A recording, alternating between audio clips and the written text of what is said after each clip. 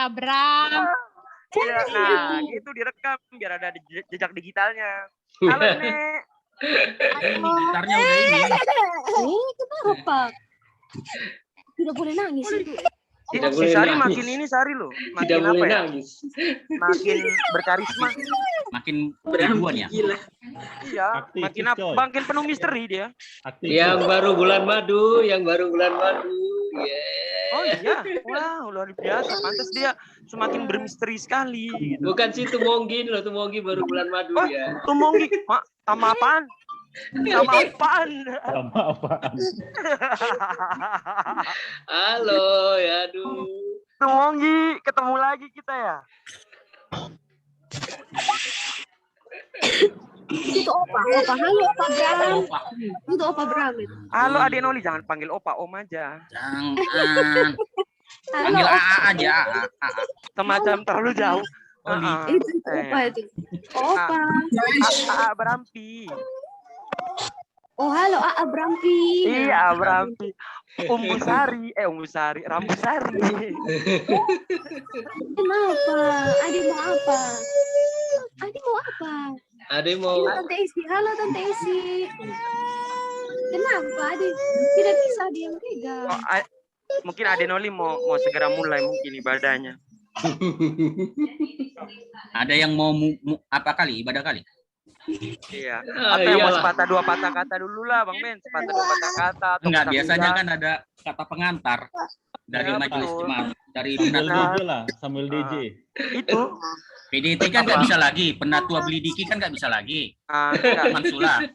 Bang Teo, nanti Bang Teo, Lek Teo nanti. Sambil DJ. Sambil DJ DJ. apa tuh? DJ apa tuh, Teo? Mas Kita Diki. damar dong. Oh, JD.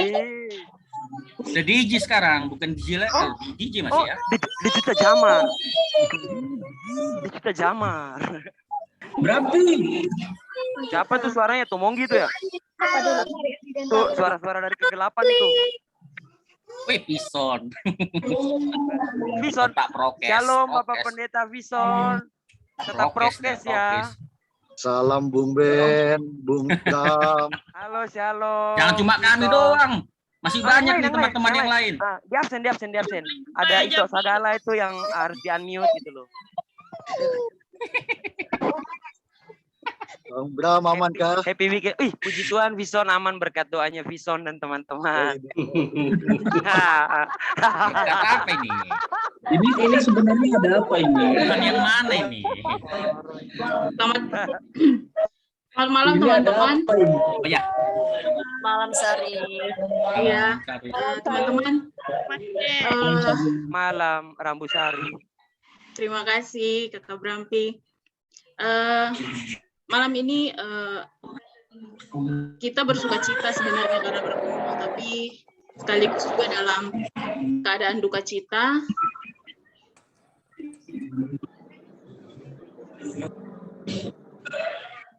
Kali pertama angkatan 2005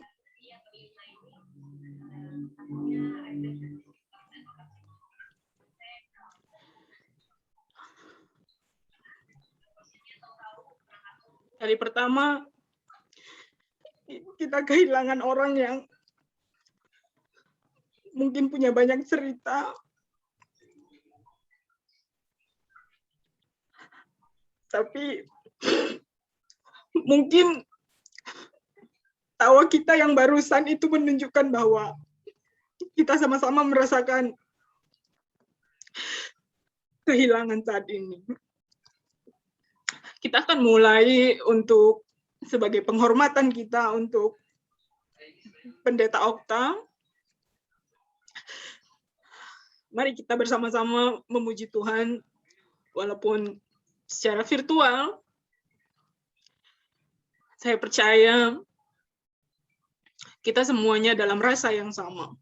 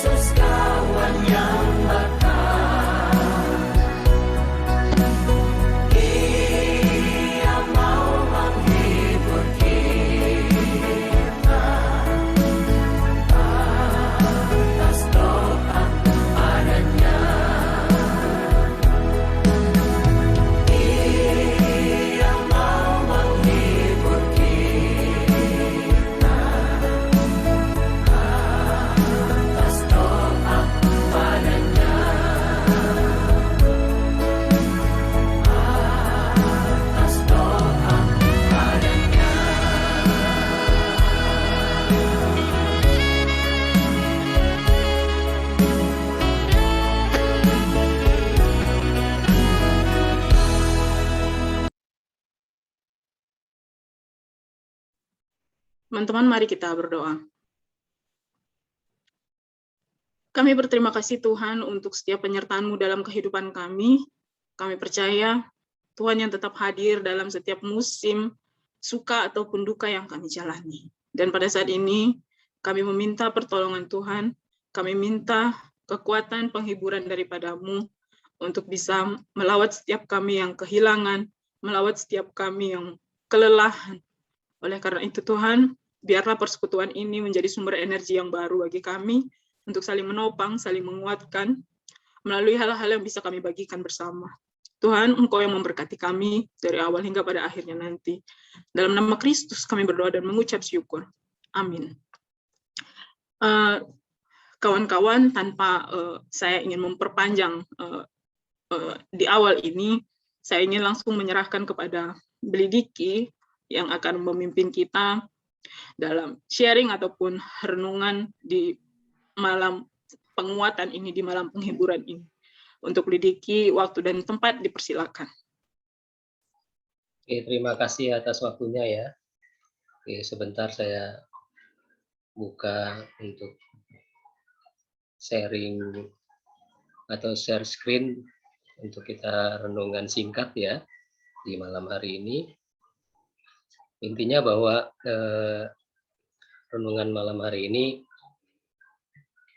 saya intinya mau mentribute Okta, artinya mungkin nanti banyak hal personal dari aku pribadi, tetapi aku harap teman-teman ya bisa memahami dan nanti bisa ada waktunya teman-teman bisa sharing tentang pengalaman pribadi kita.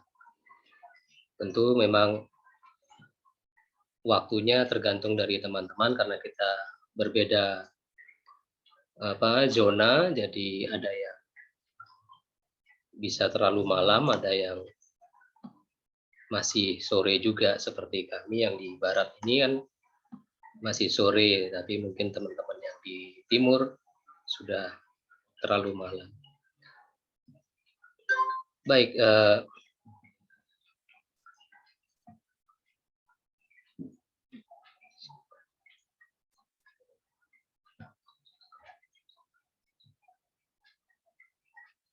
sebelum kita bersama-sama masuk dalam sharing ini, mari kita kembali berdoa.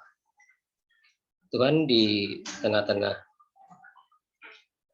hati kami yang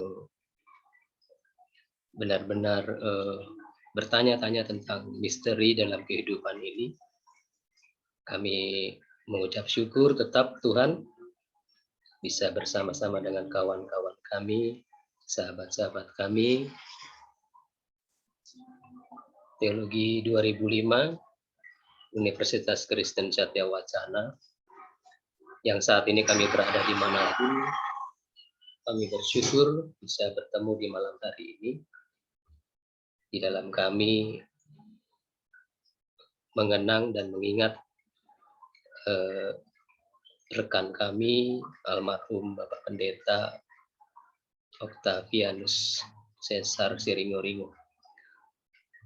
Di tengah kedukaan kami mau bersama-sama untuk melihat bagaimana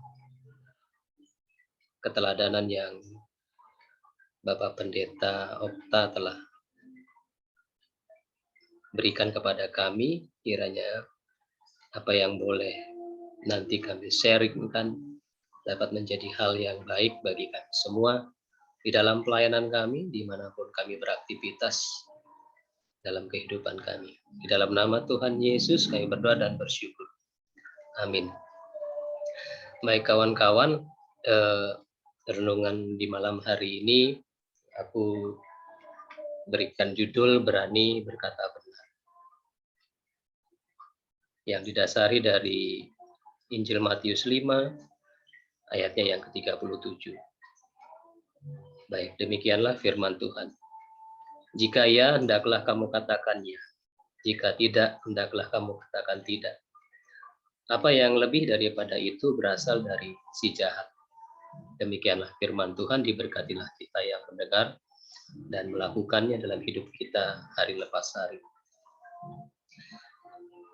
Baik. Kawan-kawan, ini adalah sebuah gambar kuburan ya di sekitar wilayah Israel Palestina. Aku sih belum pernah ke sana. Kawan yang ku tahu, Rambu dan beberapa kawan yang lain sudah pernah ke Israel. Nah, yang aku baca dari beberapa referensi bahwa memang kuburan di sana beberapa sih ya, tidak semuanya juga, dibuat di tebing-tebing dengan dilubangi sehingga membentuk seperti sebuah gua. Nah, memang kemungkinan makam Tuhan Yesus kira-kira seperti itu, tapi apakah persis seperti gambaran yang ada di foto ini, ya aku sendiri tidak tahu pasti. Ya, aku mulai dari kuburan. Teman-teman mungkin ingat dengan ataupun sering sekali membaca ketika Tuhan Yesus mengatakan tentang kuburan di dalam Matius 23 ayat 27. Saya bacakan untuk kita semua. Celakalah kamu, hai ahli-ahli Taurat dan orang-orang Farisi, hai kamu orang-orang munafik, sebab kamu sama seperti kuburan yang dilabur putih, yang sebelah luarnya memang bersih tampaknya, tetapi yang sebelah dalamnya penuh tulang belulang dan berbagai jenis kotoran. Nah, aku hanya mau meng-highlight dari Matius 23-27 dari kata kuburan. Kuburan dalam kehidupan orang-orang perjanjian lama tidak seperti kuburan di negara kita ya. Mereka ada yang dikatakan dimakamkan di bawah pohon ya, dalam Kejadian 35 ayat 8. Ada juga yang dikatakan dimakamkan di dalam gua seperti Abraham atau Musa kalau tidak salah dalam Kejadian 23 ayat 19. Kemudian dalam Perjanjian Baru kuburan digali di bukit batu atau di gua, Matius 27 ayat 60. Kemudian fakta-fakta tentang kuburan bahwa dalam Perjanjian Lama Bilangan 19 ayat 16 mengatakan orang Yahudi itu kalau tidak sengaja menyentuh kuburan, mereka itu najis, harus mandi, harus disucikan selama 7 kali atau 7 hari begitu. Sehingga ketika Tuhan Yesus mengatakan bahwa kamu seperti kuburan yang dilabur putih, labur putih itu untuk menandakan agar orang-orang yang Farisi dan orang-orang Yahudi itu tidak akan menyentuh kuburan karena sudah dikasih tanda. Jadi labur putih itu hanya sebuah tanda. Inilah kuburan di dalam Alkitab. Nah, fakta tentang kuburan itu ya seperti kita tahu, dulu Okta pernah ngontrak ya dekat daerah yang ada kuburan itu apa ya namanya, aku lupa, Cemara Pojok itu. Kan di sebelahnya itu ada kuburan. Kuburan sana tuh bagus-bagus. Nah, ya kuburan itu kalau di dalam Matius dikatakan dilabur putih saja sudah bagus. Tetapi kita bisa bayangkan fakta kuburan dalam keadaan sekarang ya, bahwa kuburan khususnya kuburan orang Tionghoa dan juga kuburan bapakku ya, almarhum bapakku tuh dikubur di Kupang. Itu bagus sekali ya, dipakai porselin. Ya tidak sebagus kuburan orang tua kalian, tetapi menurut aku sudah sangat bagus karena di Jawa ini kuburan sudah tidak boleh dihias terlalu aneh-aneh, khususnya untuk kuburan di kampung. Tapi fakta tentang kuburan biasanya di luar dihias dengan bagus, tapi ternyata di dalamnya penuh dengan jenazah, mayat membusuk, penuh belatung yang menghancurkan mayat tersebut, dan baunya sangat menyengat di dalam kuburan tersebut. Nah, Matius 23 ayat 27 aku mau mengatakan bahwa Tuhan Yesus berani berkata benar dengan keras menyebutkan orang-orang Farisi itu seperti kuburan. Tentu kalian semua sudah tahu bahwa faktanya orang Farisi hafal dengan 613 buah Taurat dan juga aturan-aturan yang lain. Jadi orang-orang Farisi bukan orang-orang yang biasa, orang-orang yang pandai sekali ya. Tapi orang-orang yang pandai ini malah dibilang seperti kuburan oleh Tuhan Yesus. Faktanya bahwa memang itulah Tuhan kita. Ia mengatakannya dan ya di atasnya dan tidak dikatakan tidak tedeng aling-aling, tidak tidak berhalus-halus kata-katanya supaya orang tidak tersinggung, tapi dia katakan kamu itu seperti kuburan. Istilahnya munafik lah orang-orang Farisi. Lalu yang kedua, ini adalah sebuah gambar ular ya. Sebenarnya tadi aku mau kasih gambar ular beneran, tapi aku takutnya kalian ada yang alergi sama ular. Nah, dalam Matius 12 ayat 34, kembali lagi Tuhan Yesus mengucapkan sebuah kata yang luar biasa kepada orang-orang Farisi. Dia katakan, "Hei kamu keturunan ular beludak, bagaimana kamu dapat mengucapkan hal-hal yang baik sedangkan kamu sendiri jahat? Karena yang diucapkan mulut meluap dari hati." Jadi Tuhan Yesus sekali lagi mengatakan, ya ini bolak-balik sih sebenarnya. Intinya faktanya bahwa Tuhan Yesus sekali lagi menegur orang Farisi dengan sebutan ular beludak. Artinya bahwa orang-orang Farisi ini banyak mengatakan hal-hal yang penuh dengan kebohongan. Kita tahu bahwa ya tafsiran dalam kitab pengantar PL ya, bahwa ular di dalam Kejadian 3 ayat 1 itu untuk melawan dewa-dewa kafir. Makanya ular itu dilambangkan dengan kejahatan. Tapi terlebih daripada itu, dalam Kejadian 3 ayat 1 dikatakan ular itu cerdik, banyak akalnya. Cerdik di sini mungkin lebih ke arah negatif ya. Tetapi sebenarnya tidak selalu melulu negatif. Hanya di dalam konteks ayat itu memang di kecerdikan ular itu lebih ke arah konotasinya negatif. Di dalam Perjanjian Baru dalam Wahyu 12 ayat 9, ular itu juga sebagai lambang dari iblis.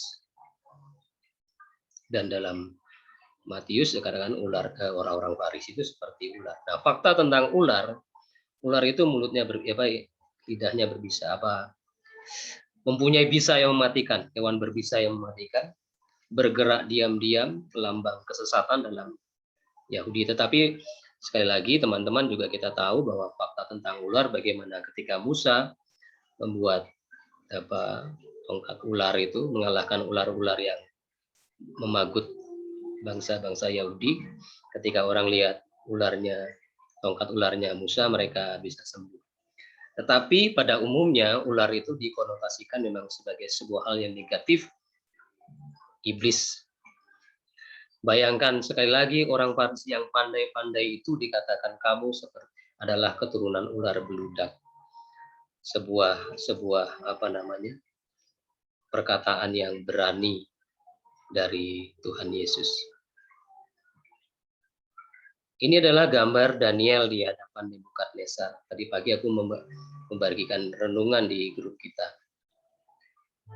Bagaimana Daniel di hadapan Nebukadnezar sedang mengartikan mimpinya Nebukadnezar. Aku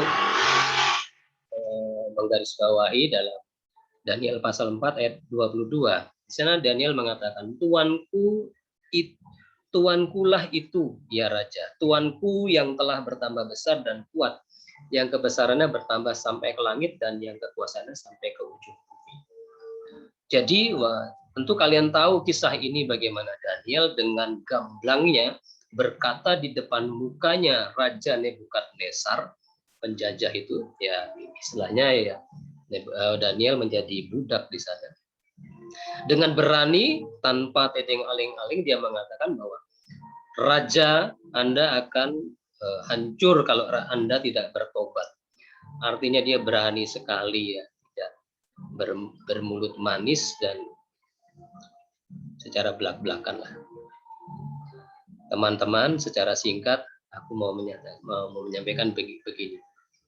Ini adalah sebuah wallpaper kalau kalian buka Facebooknya Okta. Di sana dikatakan winners are not those who never fail, but those who never quit. Dari Edwin Louis Cole. Aku coba cari artinya, kira-kira artinya demikian, bahwa pemenang itu bukanlah orang yang tidak pernah kalah, tetapi pemenang adalah orang yang tidak pernah berhenti. Jadi jangan pernah menyerah. Teman-teman,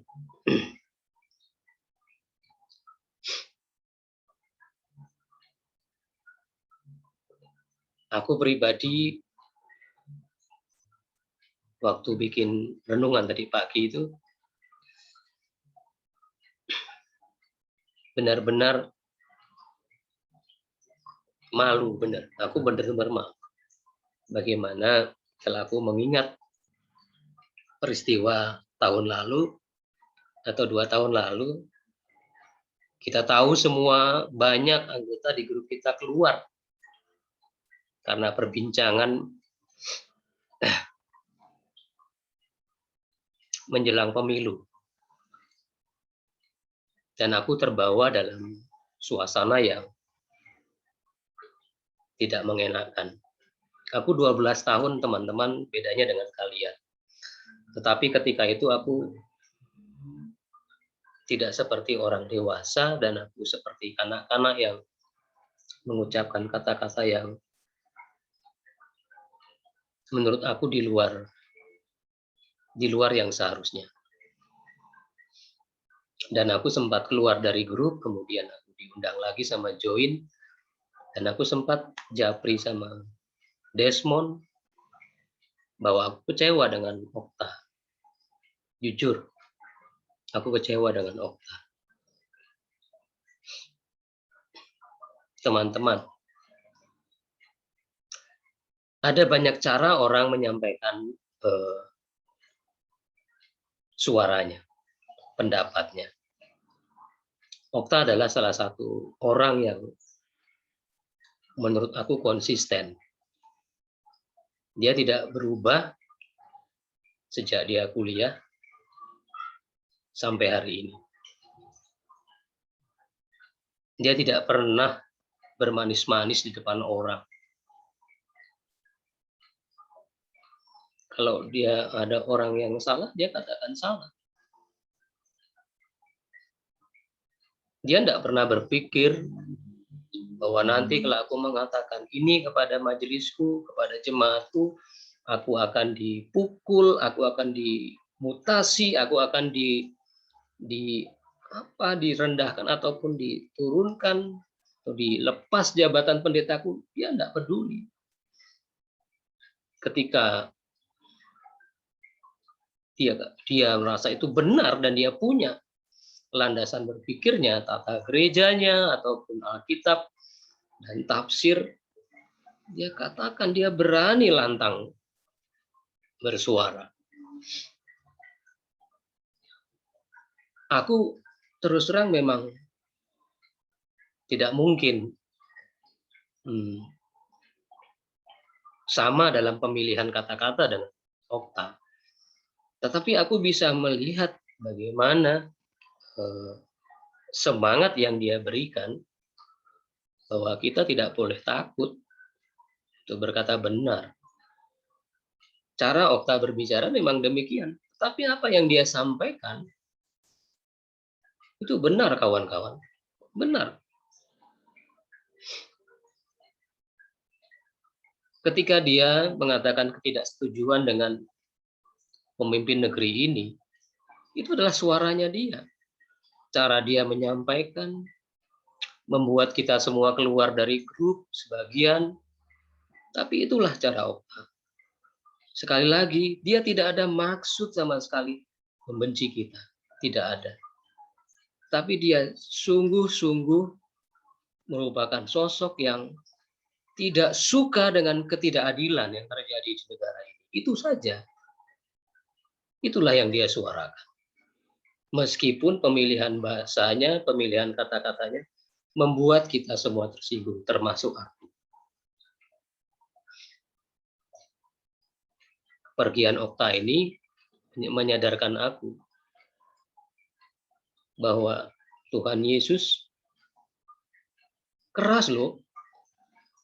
berkata kepada para pemimpin waktu itu, orang-orang Farisi dan ahli-ahli Taurat,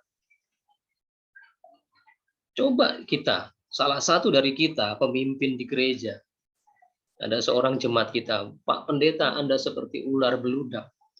Pak Pendeta, Anda seperti kuburan, munafik, berkhotbah bisa, tapi tindakan sehari-harimu nol. Pasti kita akan begitu tersinggung. Tapi itulah yang dikatakan Tuhan Yesus untuk menegur kemunafikan dan kebohongan. Ya, sekali lagi aku mengatakan, cara orang menyampaikan kebenaran itu berbeda-beda. Kita bisa setuju dan bisa tidak setuju. Aku pribadi mungkin tidak akan memilih kata-kata yang disampaikan Okta. Tetapi semangat yang dia sampaikan, aku akan tiru. Bahwa kita tidak boleh berhenti, saudara-saudara. Seperti wallpaper yang ada di Facebook-nya. Kita jangan pernah berhenti. Karena pemenang itu adalah orang yang tidak pernah berhenti untuk terus menyuarakan kebenaran. Dimanapun kita berada. Di gereja kita, di sekolah, dalam keluarga, di masyarakat. Tidak ada orang yang punya peranan yang, oh aku orang yang kecil sederhana. Tidak. Semua kita punya peranan yang sama.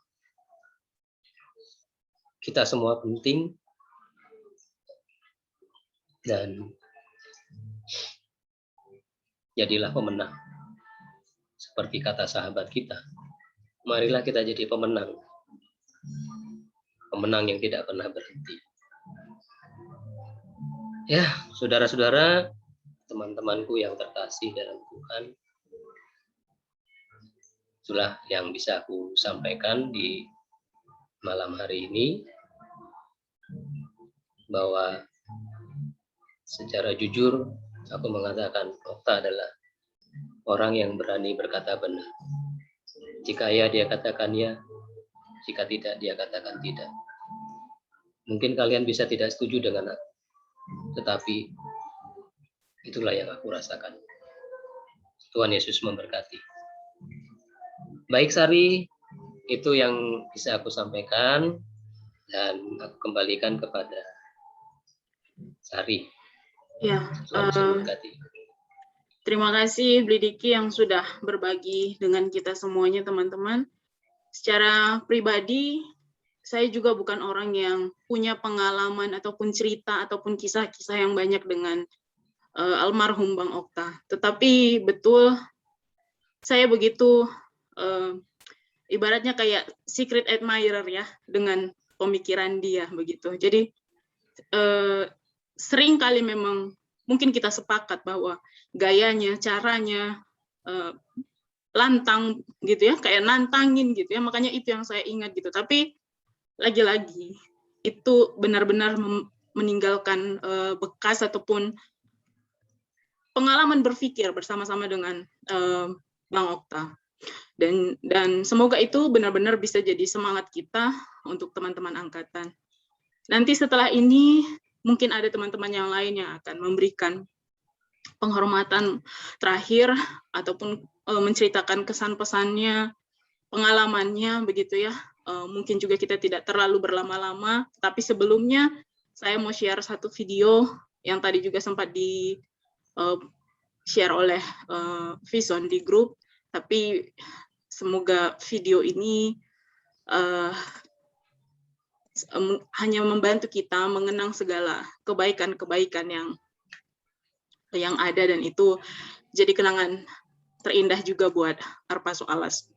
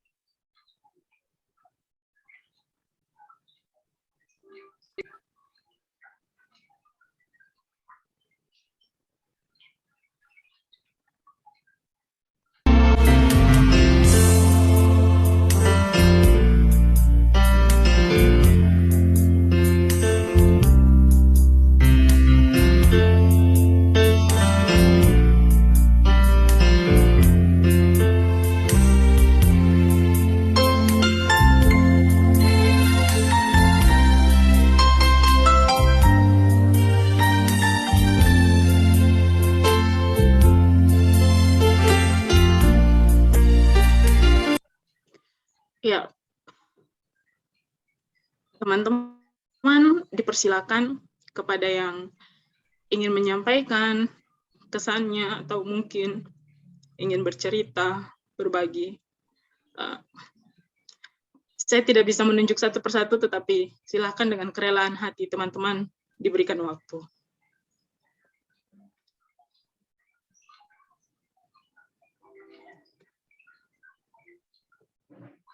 Adakah yang ingin memulainya?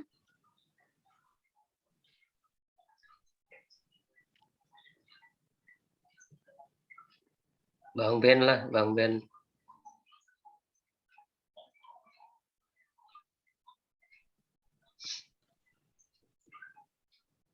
Bang Ben masih di mute, Bang Ben. Ayo Bang Ben.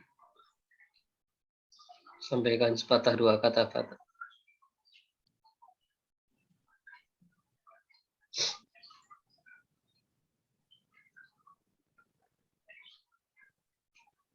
Semuanya bisa di unmute sendiri-sendiri loh, bisa loh, silakan. Oh, Nggak nggak bisa di... Oke. Coba. Oke, sudah Bang Ben. Udah ya, makasih. Dengar ya teman-teman ya. Iya. Dengar. Ya, makasih untuk waktunya, makasih untuk firman Tuhannya, Bli. Makasih buat Iya. kita. Ya.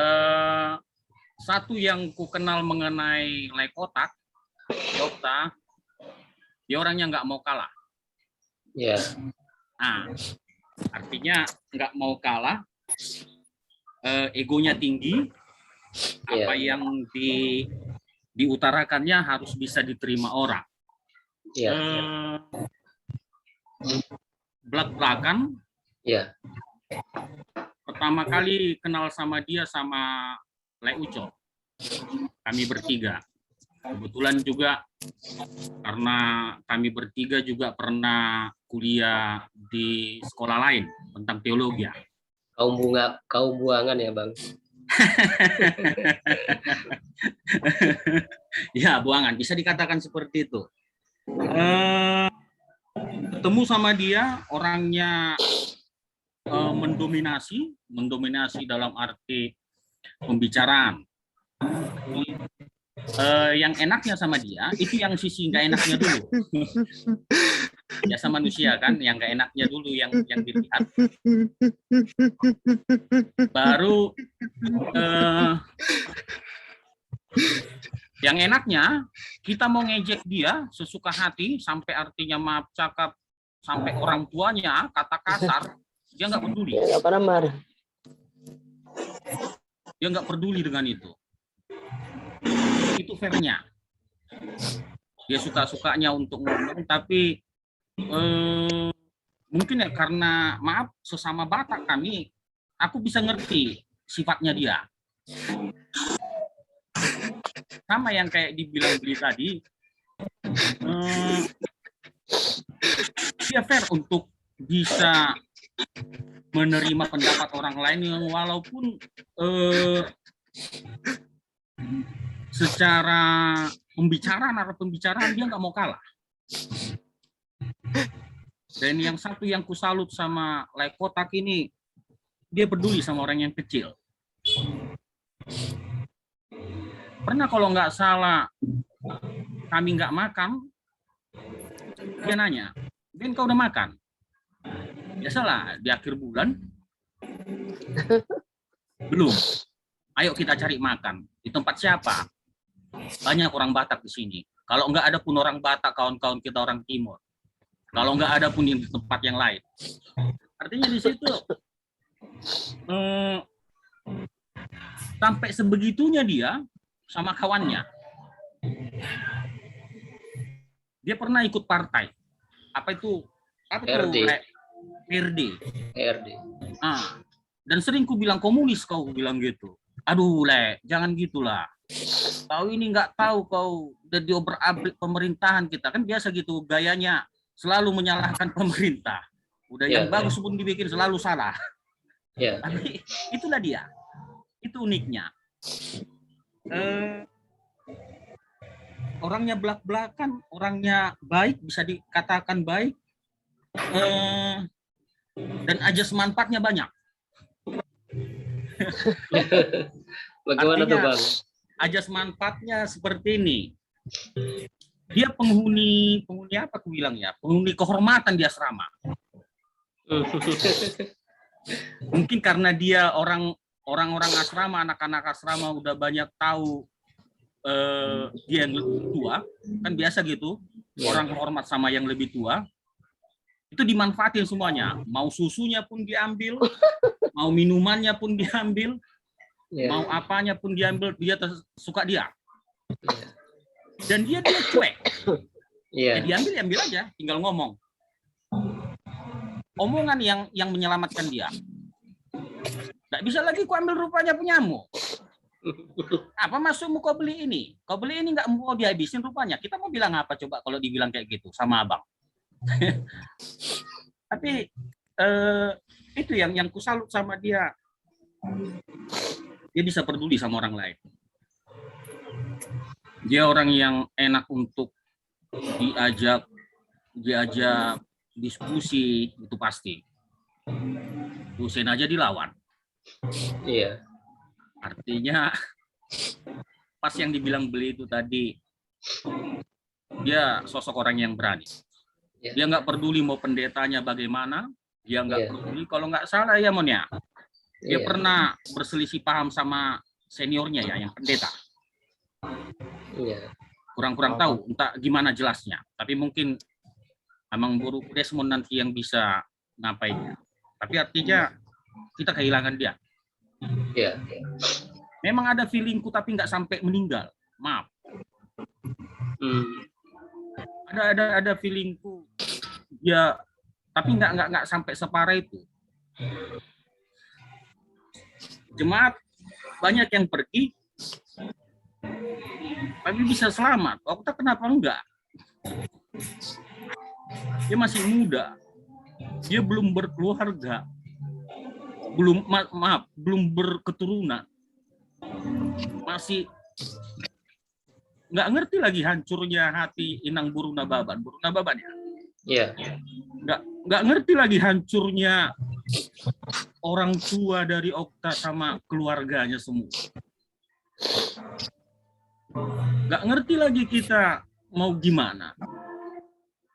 Tapi satu yang pasti, ya kembali lagi ke Alkitab.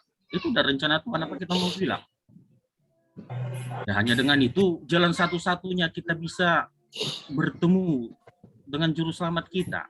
Ya kembali lagi ke teologi lagi. Tapi kita bersyukur bisa punya teman segila, secerewet, sekatro, semana semuanya lah. Kita bersyukur untuk itu.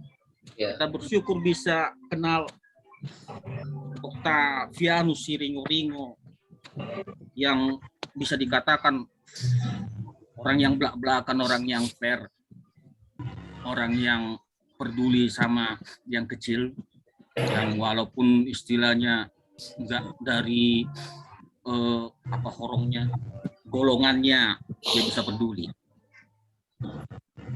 Kita bersyukur untuk itu. Ya harapan kita doakan keluarga Inang Buruna Baban, istrinya, orang tuanya, kita terpukul dengan ini. Tapi di satu sisi kita juga bersyukur daripada dia tersiksa, daripada dia makin menderita. Tapi itu antara ikhlas dan tidak ikhlas. Tapi kalau sudah berhadapan sama Tuhan, apa yang mau kita bilang? Dia yang kasih semua. Ya, harapanku kita doakan keluarganya. Supaya bisa kuat. Mungkin itu dulu. Mungkin nanti ada lagi yang lain. Terima kasih. Ya, makasih Bang Ben yang sudah menyampaikan pesan-kesannya. Teman-teman, sebelum kita lanjut lagi untuk tribute ini, ada satu video yang barusan disampaikan oleh Bang Desmond, mungkin nanti juga bisa sekaligus menyampaikan tribute-nya ya. Saya share screen-nya dulu.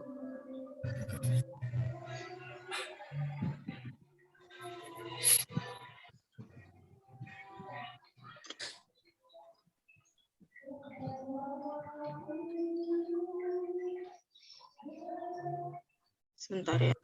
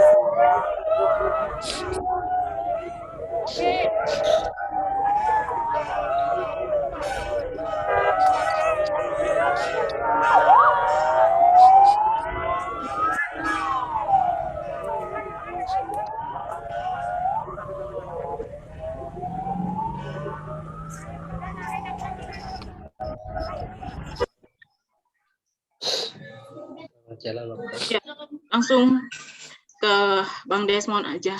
Dipersilakan untuk. Yo. Bentar ya.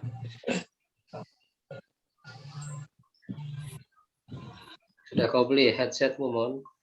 Semangat lah Komon. Ah,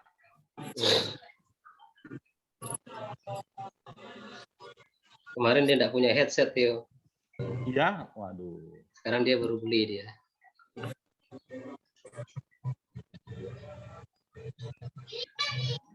Lap dulu air matanya, Mon. Semangat dulu, Mon. Ah, aduh.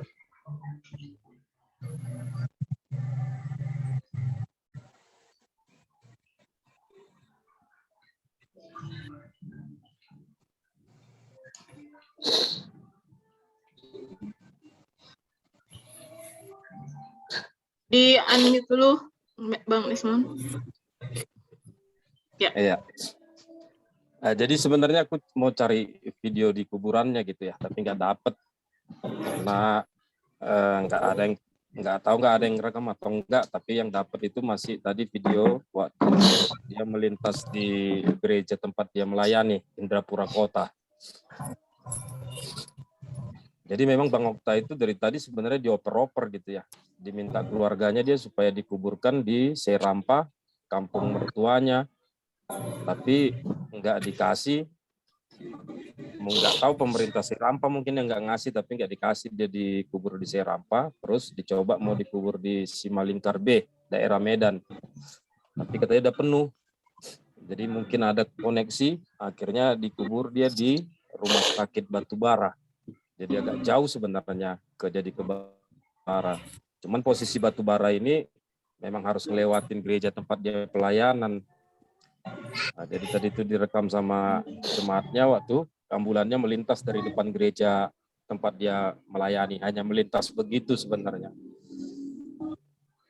Kebetulan ada jemaatnya itu orang Paropo gitu, jemaat yang kulayani. Jadi kami komunikasi beberapa hari ini tentang Abang Ogen, Abang Okta, jemaatnya yang orang Paropo itu gitu. Nggak ada kata-kata sih aku untuk Bang Okta.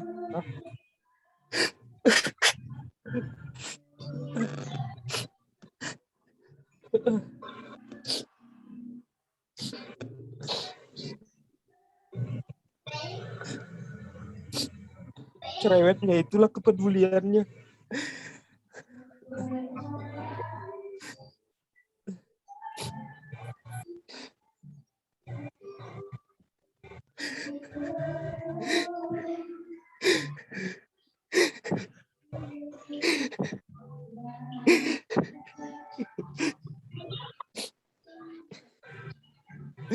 Kau harus ke ini, Mon. Kau harus ke Karimun Jawa.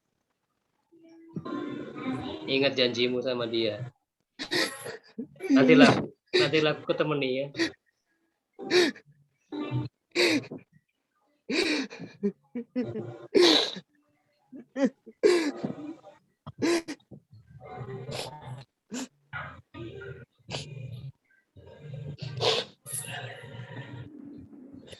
Kalau kita mungkin disuruh datang ke tempat pelayanan kita, kunjungan, mungkin kita banyak alasan ya. Padahal bisa aja sekali ngelintas gitu loh. Tapi kalau Bang Okta disempatin gitu,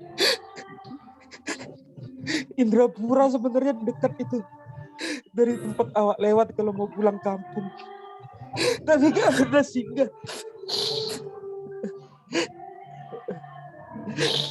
Berapa kali ditawarin gak pernah singgah ke Indrapura. Padahal awak lewat dari 50 ke Indrapura paling itu 20 menit. Tapi kalau dia pasti singgah itu. Orang paling care, orang paling jujur. Aduh, sakit kali ah. Gak ada kata-kata lagi yang publik. Gantilah tuh Kak, gantilah ke kawan-kawan ah. Iya. Ya, makasih untuk Mas Desmond. Mungkin waktu kesempatan berikutnya untuk teman-teman yang lain. Ya, itu udah. Vison udah raise hand atau Macit? Vison ya. Boleh untuk Vison dulu mungkin. Oh, di mute ya. Oke. Ya. Ya, selamat malam teman-teman. Malam. Halo, terima kasih Bli Diki untuk firmannya. Terus yang disampaikan oleh Bang Ben juga, Desmond.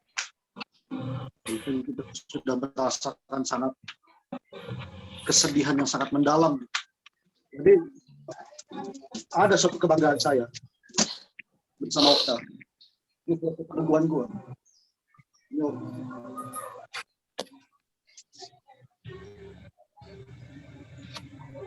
Ya, waktu gue diteguhkan, dia bilang begini, Con, gue ikut numpangi tangan ya.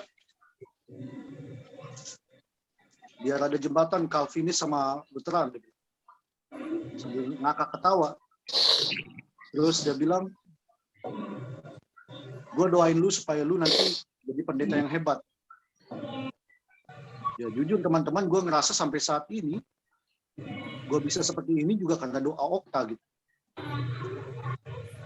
Dan Okta support gue, motivasi di dalam pelayanan gue di Natuna. Dia selalu ngajari gue bagaimana menghadapi orang-orang Batak. Karena mayoritas jemaat di Natuna itu orang Batak.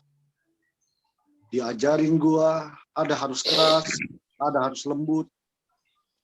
Dia katakan, lu bisa lewatin ini, Son. Jadi, gue ngerasa Okta itu pertama di teman-teman angkatan, itu nggak pernah pilih teman. Dia nggak pernah teman. Mau teman itu ada kekurangan apapun, dia tetap rangkul. Dia tidak pernah musuhin teman. Dia tidak pernah ngata-ngatain teman. Sepengetahuan saya yang pernah dekat sama Okta, selama di Jakarta kami fitness bareng. Waktu dia mau kawin, Son, gue mau ngecilin badan, berat badan gue 170 kilo. Bagaimana gue bisa ngecilin badan? Puji Tuhan pada saat itu dia dengan niat 3 bulan, dia sampai pangkas 80-an kilo. Dan gue lihat niat Okta luar biasa karena dia mau menikah atau mau ada cewek yang dekat sama dia, yaitu Boru Nababan ini, Kak Raya ini. Lalu saya bilang begini, nah nanti kalau bisa udah nikah, teruslah berolahraga, aku bilang gitu. Jaga badan. Terus dia telepon saya, Son, ternyata berat badan gue masih naik lagi. 165 kilo. Jadi, lalu saya katakan begini, udah mulailah pelan-pelan diet, aku bilang gitu. Kurangi aja makannya, gak usah makan malam. Gak bisa, Con, dia bilang. Di sini jemaat gue, nasi gue sang terus, katanya. Jadi gue harus makan terus, katanya. Ya, terus dia katakan lagi begini, waktu kemarin video call, gue merasa bersyukur juga sih. Terakhir kemarin waktu video call sama Okta ngangkat gitu loh. Gimana kabar lu, Le? Gue bilang. puji Tuhan sudah membaik, Con, dia bilang. Demam gue udah berkurang, dia bilang. Udah turun, dia bilang. Saturasi lu udah naik. Wah, puji Tuhan lah, Le, semoga makin membaik, gue bilang begitu. Terus kenapa kau nggak pakai baju, Le? Gue bilang begitu. Nggak ada baju aku, Son, katanya. Nggak ada baju. Dia bilang nggak ada baju. Gue bilang, kenapa baju lu nggak ada? Keringat gue banyak, Con. Gue cuma bawa 6 lembar. Terus jemaat lu mana? Ya, kunci pastori ada di gue, dia bilang. Dan dia nggak pakai baju, kawan-kawan. Nggak pakai baju. Terus dari kapan nggak pakai baju? Dari tadi malam, Con. Bagaimana? Kira-kira apa solusinya, Le? Gue bilang gitu. Ya, ini istriku di sebelah lagi nyuci bajuku. Yang 6 lembar itu, katanya. Di situ, teman-teman, gue ngerasa kayak ada dorongan, doain Le Okta, doain Le Okta. Gue berdoa di situ sama Okta. Gue bilang, Tah, kita berdoa yuk, Tah. Ya mohon maaf lah, Tah, ya. Kalau kata-kata pendeta GPIB ini, dalam doa ini, nggak sebagus pendeta-pendeta HKBP, gue bilang begitu. Karena mereka ini sering marhata, ketawa lah kami bercanda-bercanda gitu kan. Lalu, ya udah, Con, doain aku lah, dia bilang. Ya udah, ketika berdoa, gue minta sama Tuhan, supaya Le Okta dilengkapi sandangnya, pakaian, supaya ada pakaiannya dia pakai. Lalu setelah doa, gue telepon beli Diki,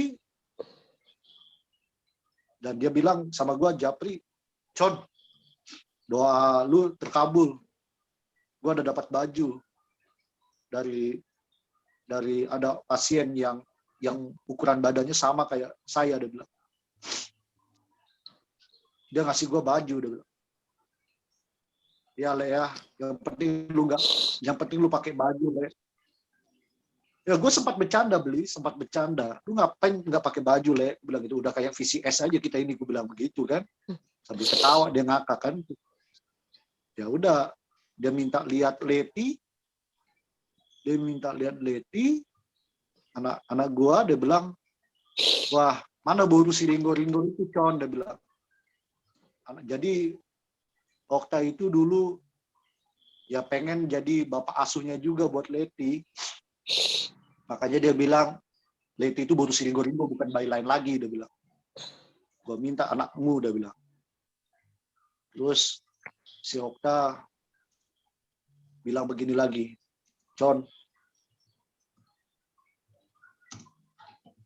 sehat-sehatlah kalian ya, dia bilang. Depan istri anakku. Sehat-sehat kalian. Ya, doain aku biar cepat sembuh, dia bilang. Dan memang kawan-kawan, beliau ngasih tahu saya bahwa Okta itu punya infeksi paru-paru. Dia punya infeksi paru-paru yang sudah parah.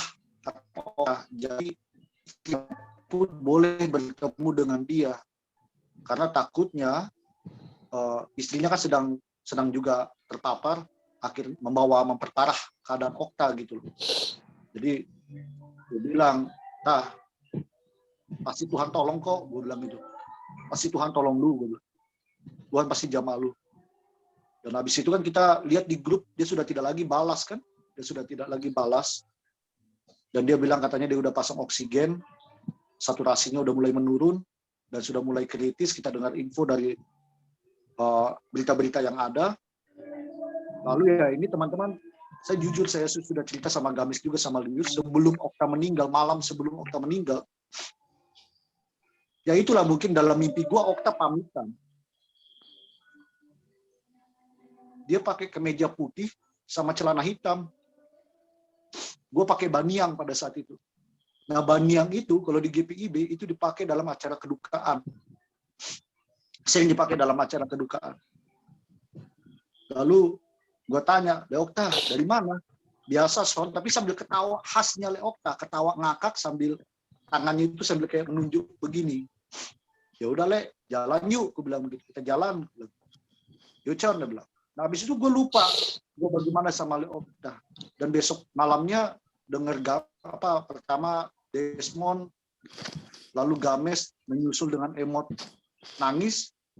Ya udah, gue di situ udah pasti udah Leokta pergi. Jadi teman-teman, Arpaso Alaso ini kan terbentuk atau istilahnya diberi nama oleh Leokta. Apa yang sudah menjadi teladan Leokta dalam pertemanan kita, mungkin banyak yang kesal dengan perilakunya dia, kadang candanya kelewatan atau segala macam. Ya, itu adalah teman kita, itu adalah sahabat kita. Dia bisa menerima kekurangan kita, masa kita tidak bisa menerima kekurangannya dia? Jadi ya, teman-teman, Arpaso Alaso tidak usahlah kita milih-milih teman. Itu yang gue pelajari dari Okta. Tidak usah kita pilih-pilih teman, mana yang nyaman dengan kita. Siapapun teman kita di Arpaso Alaso, ini adalah saudara-saudara kita. Inilah adik kita, abang kita. Okta merangkul sekali kita, teman-teman. Dia ada, dia menopang, dia menolong kita, mengajak bersetia kawan. Dia mengajari kita bagaimana setia kawan yang baik. Nah, inilah yang ditinggalkan oleh Okta. Nah, makanya saya katakan, walaupun ada di Arpaso Alaso ada perasaan yang tidak enak, ya marilah kita saling memaafkan, kita saling merangkul lagi. Leokta sudah memberikan teladan yang baik, dan itu yang harus kita teruskan. Itu saja, Bli, yang dapat gue sampaikan, teman-teman. Itu yang saya rasakan kedekatan dengan Leokta. Ya, saya kesian juga tadi ngelihat fotonya Kak Raya Nababan itu sampai duduk sendirian di situ. Duduk sendirian dengan pakaian APD, dengan kesedihan muka, dengan wajah yang sembab. Ya, kita hanya bisa ya, bagaimana ada cara supaya kita bisa connect dengan istrinya, apa yang bisa kita beri bantuan, support, atau apapun ya. Itu, Bli. Makasih, Bli. Iya. Teman-teman. Baik, terima kasih untuk Vitson. Berikutnya, apakah ada yang mau sharing lagi? Dona, Maci. Dona? Persilakan untuk Dona. Ya. Shalom semua, selamat malam. Selamat malam, Maci. Iya. Satu kali saya makan di warung Manado, apa namanya, belakang kampus itu. Tuntun bukan, satunya lagi. Tabita. Iya, Tuntun. Tabita. Nah, saya pas di belakang Okta. Terus waktu dia ambil lauk, saya tahu kalau dia banyakin. Dia ambil ayam 2 sama daging babi, dia taruh paling bawah, terus dia tutup pakai nasi kan. Terus di atasnya dia taruh telur. Mungkin dia lapar waktu itu, saya juga tidak tahu. Tapi saya ikuti, saya dari belakang sampai di depan mau bayar. Terus Tante Tabita mungkin sudah berulang kali kan dapatin almarhum seperti itu. Akhirnya dia baliklah nasinya. Oh, kok ambil ini ayam sama daging babi, kok sembunyi di bawah nasi katanya. Terus saya bilang, sudah Tante, tidak apa-apa, nanti saya bayar. Saya bilang gitu. Terus dia balik, dia bilang, makasih Mace ya, kita makan sama-sama Mace. Setelah itu aku disuruh juga bayar itu apa, es jeruk 2 lagi kan. Tapi seringkali dia kayak gitu. Memang kadang-kadang menjengkelkan, tapi saya suka main di kosnya di waktu masih tinggal di belakang Tuntun itu. Saya suka ke situ kan sama Lius, suka duduk di situ sampai malam baru saya pulang. Memang kadang-kadang tidak nyambung kita, tapi pokoknya suka saya duduk sama dia begitu. Dan seringkali kita ngobrol apa saja menyangkut Papua, dan dia yang selalu bilang, ingatlah kau Don, jangan jadi pendeta politik katanya, karena banyak pendeta di Papua itu yang suka jadi dewan DPR. Tidaklah, saya bilang begitu kan. Jadi dia selalu suka kritik soal kehidupan para pendeta juga di Papua, yang memang almarhum Ibu Yosi selalu bilang bahwa jangan sampai kita jadi pendeta politik, dan itu yang selalu dia ngomong ke saya. Jadi kemarin begitu tahu dia masuk rumah sakit dan saya tahu bahwa dia obesitas, itu saya sudah merasa bahwa kok dia jauh sekali begitu ya. Tiba-tiba kita masih saling menguatkan. Saya lihat Sam juga masuk. Tapi saya ingat bahwa di bulan ini, bulan lalu itu kami di Papua sini ada kurang lebih 16 pendeta yang meninggal ya. Dan itu berturut-turut. Jadi setiap kali mereka bilang ada di ICU, pasti tidak lama, pasti 2 hari kemudian meninggal. Apalagi saya ingat Leokta pernah bilang bahwa harusnya sinode klasis itu mempersiapkan apa itu? Donor Darah. Ya, dia sudah bilang kan harus dipersiapkan itu. Kalau tidak kasihan para hamba. Harusnya bergerak cepat, dia bilang begitu. Ternyata dia mengalami hal itu. Kemarin ya sebelum dia meninggal malam itu saya kumpul dengan anak-anak di pastori. Saya bilang, Bu Pendeta mau berdoa buat ibu punya teman. Kamu semua bantu ibu kita berdoa. Entahlah kenapa, tapi waktu saya berdoa itu saya menangis.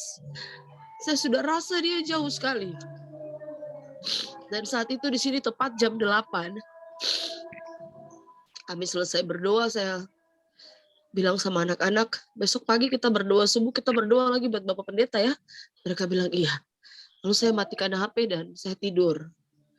Tepat di sini jam 12:30 malam saya kaget bangun, saya kasih aktif HP. Biasanya di tengah malam sering sinyal hilang, tapi saat itu ada sinyal tadi malam itu dan saya buka.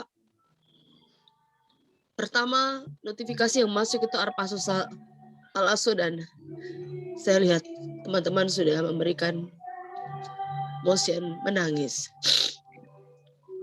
Sudah rasa bahwa dia akan pergi meninggalkan kita.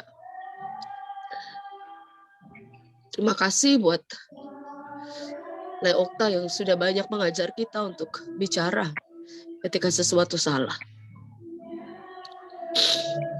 Dan yang hebat dari dia, sekalipun kita meninggalkan dia, dia tidak pernah meninggalkan kita. Di grup itu saya juga pernah pergi karena tidak setuju dengan perkataannya. Tetapi dia tidak pernah meninggalkan grup, dia tetap setia di situ. Artinya bahwa dia tahu bahwa karakter kita mungkin tidak sama dengan dia yang tetap bertahan sekalipun kita tidak menyukai dia. Dia tetap bertahan. Dan ketika saya masuk lagi di grup itu, diundang oleh Fani masuk, dia orang pertama yang bilang selamat datang Mace. Dia tidak sama sekali memberikan kebencian atau ketidaksukaan, tidak. Dan saya percaya bahwa dia sudah bersama-sama dengan Tuhan. Dia sudah tenang sekarang. Tuhan menolong supaya istri terkasih juga kuat menghadapi ujian hidup ini bersama dengan keluarga semua dan semoga cepat dan lekas sembuh. Teman-teman semua juga kita pernah bicara bahwa kalau ada pergumulan kita sampaikan. Jangan kita simpan pergumulan dalam pelayanan ataupun dalam kesakitan supaya kita sama-sama saling mendukung dalam doa. Saya juga minta maaf kalau ada perkataan atau perbuatan yang salah ketika ada di grup. Dan saya salah satu yang pernah meninggalkan grup ini hampir 1 tahun. Dan saya bersuka cita karena saya masih bisa bertegur sapa dengan dia sebelum dia kembali kepada Tuhan. Fani dan juga teman-teman yang lain masih tetap ada, kita tetap kompak ya. Amin. Kita tidak pernah tahu apa yang akan terjadi dalam hidup kita hari ini atau esok.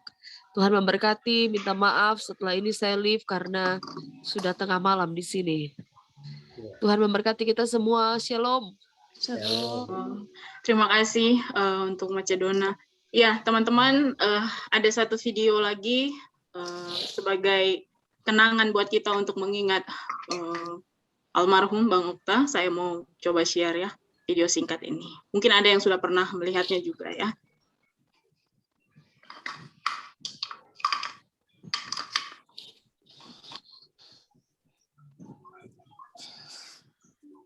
Kabupaten Jember, mereka dapat hidup dalam harmoni.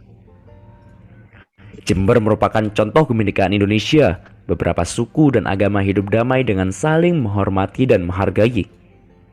Kehidupan yang harmonis antar suku dan agama bisa dilihat di Kecamatan Sumbersari.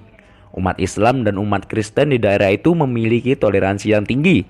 Salah satunya di Masjid Luhur Al-Mansurin PC LDI Sumbersari yang berdampingan dengan Gereja Huria Kristen Batak Protestan atau HKBP.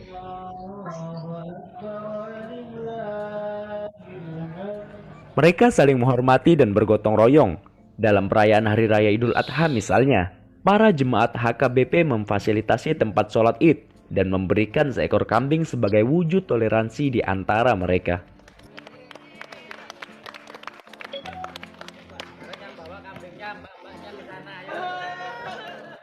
Seperti yang saya pahami, kurban kan itu berbicara tentang bagaimana kita mendekatkan diri kepada Tuhan. Dan melalui mendekatkan diri kepada Tuhan juga mendekatkan diri kepada sesama. Sesuai dengan ciptaannya kan gitu kan. Sehingga di sana kita berbagi berkat dan di sana rasa kepedulian seperti tadi disampaikan Pak Ketua dalam ceramahnya. Bahwa di sanalah kita bisa saling berbagi untuk berkat dan damai sejahtera yang daripada Tuhan. Jadi kami mengucapkan selamat sehingga dengan Hari Raya Kurban ini semoga seluruh lapisan masyarakat negara Republik Indonesia ini bisa saling dekat dalam kebinekaan. Ya, demikian mungkin yang kami bisa sampaikan. Selamat Idul Adha buat seluruh masyarakat Muslim yang ada di Indonesia, terlebih lagi jamaah LDI dimanapun berada. Oke, ya teman-teman, itu kenangan-kenangan kita bersama Bang Okta. Apakah masih ada yang lain? Mungkin mengingat waktu kita juga mungkin kita batasin untuk hari ini, karena nanti rencananya ada yang untuk kedua mungkin kita akan bertemu lagi ya. Theo. Tapi kalau masih ada, boleh. Theo. Theo, iya Theo. Theo.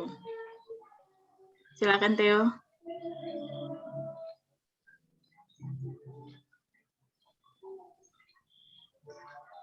Oh sorry Theo, sebentar. Belum di mute ininya.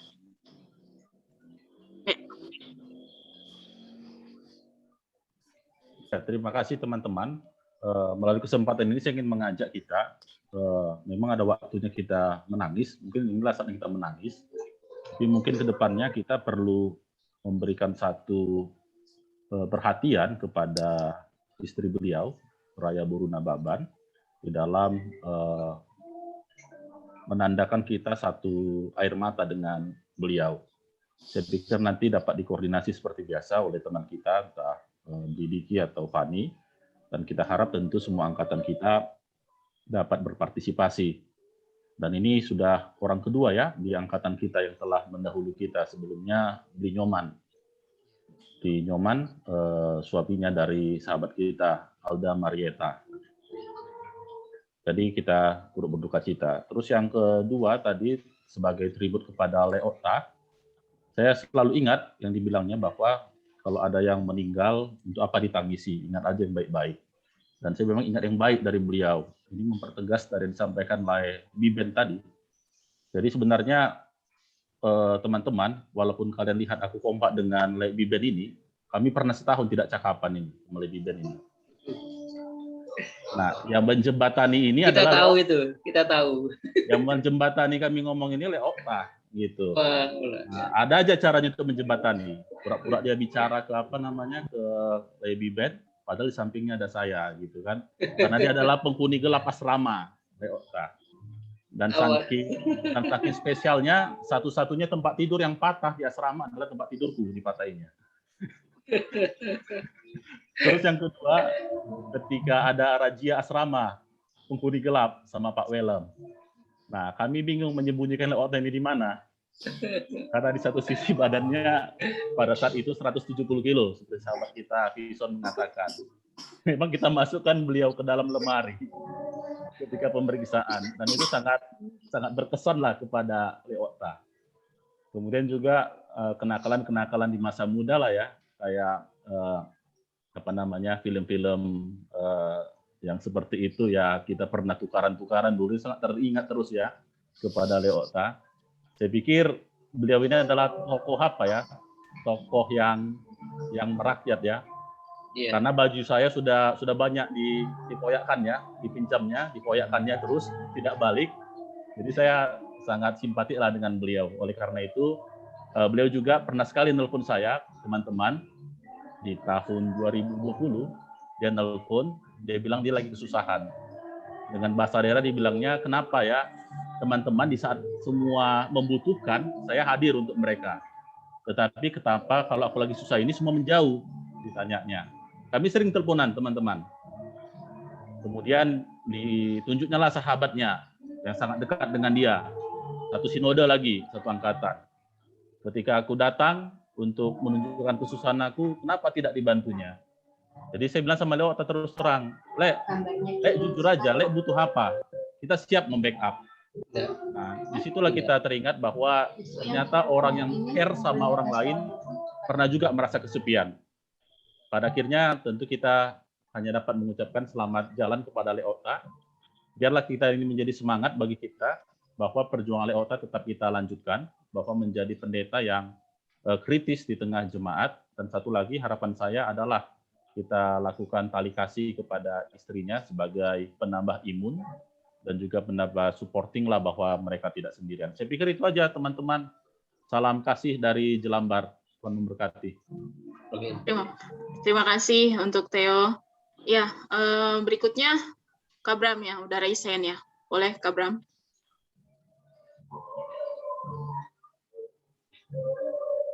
Oke, ya. Ya, shalom. Selamat malam semuanya. Terima kasih buat teman-teman memberikan waktu saya untuk berbicara. Maaf kalau agak berisik di sini. Semoga tidak terlalu berisik. Ya, jadi semua yang dibicarakan Bang Ben, semua yang dibicarakan Theo dan teman-teman yang lain itu benar adanya, dan Okta adalah tipikal seorang pemberontak, tapi sebenarnya dia adalah orang nasionalis. Sebenarnya dia adalah orang nasionalis. Contohnya tadi video tadi itu, bahwa di balik hatinya yang memberontak itu ada jiwa nasionalis yang begitu tinggi. Dan memang ada banyak kejadian gila, ada banyak kejadian lucu yang saya secara pribadi lewati bersama Okta. Contohnya ketika saya tidak bisa berhenti tertawa lama sekali ketika dia mematahkan tempat tidurnya Theo gitu kan, sehingga dia dengan sangat emosi dia bilang, kenapa rupanya kau ketawa, dia bilang gitu kan. Ya karena memang lucu gitu loh, karena memang lucu. Dan saya ingat memang saya lupa presentasi mata kuliah apa itu, dia duduk di depan.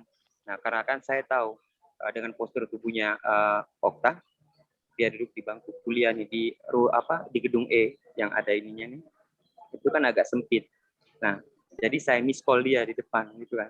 Jadi begitu saya miss call dia lagi presentasi, saya lupa mata kuliah apa, dia cepat-cepat angkat begitu kan, dia cepat-cepat angkat. Begitu dia mau ambil begini, saya matikan. Jadi begitu dilihat miss call dari saya, dia langsung teriak begini kan, bodat kau, kata dia gitu kan, bodat kau berampi, kata dia. Jadi itu tadi Okta.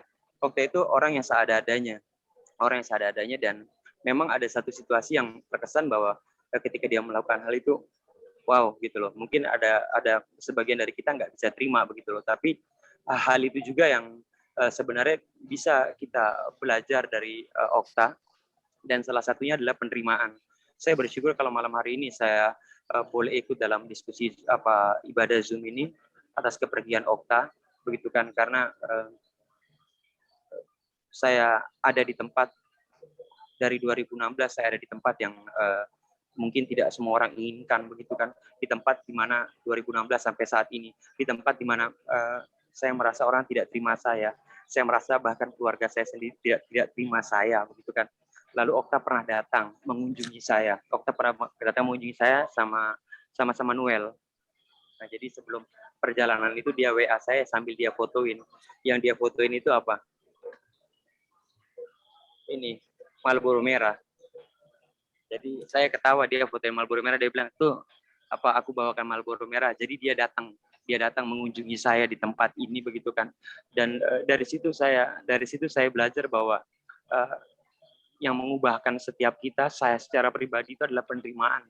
Bahwa kita nggak akan bisa berubah kalau kita nggak dapat penerimaan dari orang-orang di sekitar kita. Dan salah satunya adalah Okta. Saya mendapat penerimaan dari Okta, dari Noel yang waktu itu datang mengunjungi saya di tempat ini begitu kan. Sehingga dari semenjak itu sudah sekitar tahun 2016 mungkin 2018 saya lupa, 2017 atau 2018. Lalu saya terakhir komunikasi dengan Okta itu adalah sebelum pandemi. Nah, sebelum pandemi itu kita banyak komunikasi dari mulai diskusi masalah Pitbull, diskusi masalah politik, diskusi masalah pelayanan, sampai diskusi masalah kehidupan, begitu kan. Nah, itu yang selalu kita diskusikan. Dan bicara Okta itu banyak hal gila yang saya lewati sama Okta, tapi satu yang memang saya tidak bisa lupakan itu bahwa dia mengajarkan bahwa penerimaan itu penting, ya. Sehingga ya, dia kasih tahu saya waktu itu sama Noel, kunjungi saya, dia bilang jangan pernah merasa bahwa orang-orang nggak terima kamu begitu, apalagi saya tidak pernah tergabung di dalam grup Arpaso Alaso. Kalau tadi ada beberapa teman sempat sharing, oh iya saya sempat keluar dari grup Arpaso Alaso. Nah, kalau saya memang saya tidak pernah bergabung di dalam grup Arpaso Alaso gitu, karena nggak ada yang masukin sih gitu kan. Nah, karena nggak ada yang masukin sih, gimana saya mau masuk gitu kan. Nah, tapi Okta itu kasih sesuatu yang kasih sesuatu yang wow buat saya begitu, maksudnya penerimaan itu penting, dan Okta itu menerima saya, sehingga benar yang dibilang bahwa Okta itu menerima semua lapisan, Okta itu menerima semua orang, dan itu terlihat dari di asrama. Di asrama itu dia bisa masuk di kamar siapapun juga, padahal itu belum tentu anak teologi, itu belum tentu satu angkatan, tapi dia bisa masuk di kamar siapapun juga padahal dia bukan anak asrama. Itu luar biasa gitu loh, itu luar biasa, karena kita yang anak asrama sendiri pun belum tentu enjoy masuk ke kamar-kamar yang lain, tapi Okta dengan enjoynya dia bisa masuk ke kamar yang lain gitu loh. Dia masuk ke kamar yang lain, terus waktu itu kita pernah ada ritual, kita panggil-panggilan tuyul di kamar Pinson di atas di lantai 2 gitu kan, kita manggil-manggil tuyul atau kuntilanak, saya lupa gitu kan, itu konyol-konyolnya kita lah gitu. Terus tiba-tiba entah kuntilanaknya datang atau bagaimana dari jendela begitu kan, terus tiba-tiba lampu mati. Lampu mati, ternyata Games yang mati lampu gitu kan. Jadi kita lari keluar, memang ternyata kita sudah rencanakan itu, nanti kita lari keluar matikan lampu ya gitu kan. Iya. Dan Okta yang tertinggal di kamar gitu kan. Karena postur tubuhnya tidak memungkinkan untuk balapan sama kita di pintu asrama begitu kan. Dan itu dia maki sekenceng-kencengnya. Padahal hari itu tengah malam gitu kan. Tengah malam. Jadi ada banyak hal yang luar biasa yang saya lewati bersama dengan Okta, dan terima kasih bahwa hari ini ada banyak juga hal yang diajarkan oleh Okta, sehingga kepergian Okta mengumpulkan kita. Kepergian Okta mengumpulkan saya secara pribadi dengan teman-teman melalui Zoom ini. Dan saya tertarik sekali dengan kalimat Okta di Facebook itu bahwa kemenangan itu bukan ketika kita berapa kali banyak kita jatuh, tapi ketika kita memutuskan untuk berhenti, ya itu kita kalah gitu loh. Itu kita kalah, dan saya percaya bahwa saat ini Okta nggak berhenti, tapi saat ini Okta berjalan abadi bersama dengan Tuhan, berjalan abadi bersama dengan Bapa di sorga.